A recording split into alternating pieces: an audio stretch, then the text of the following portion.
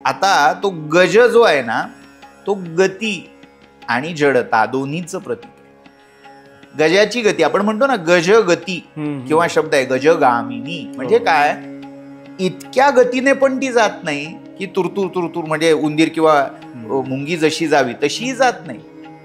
आणि एकदम एका ठिकाणी गुळाचा गणपती बसवावं तशी बसलेली नाही. त्याच्यात गतीही आहे आणि जडत्वही आहे. म्हणजे एकाच वेळी गती आणि जडत्व, म्हणजे तिथे स्थिती पण आहे आणि गती पण आहे. ह्या दोन्हींची मोठ तिथे बांधली गेलेली आहे. आणि असं काय तर ते जग आहे. जगामध्ये काही गोष्टी या स्थिर आहेत आणि काही गोष्टी या चर आहेत. म्हणून त्याला एक शब्द आहे चर अचर, चराचर.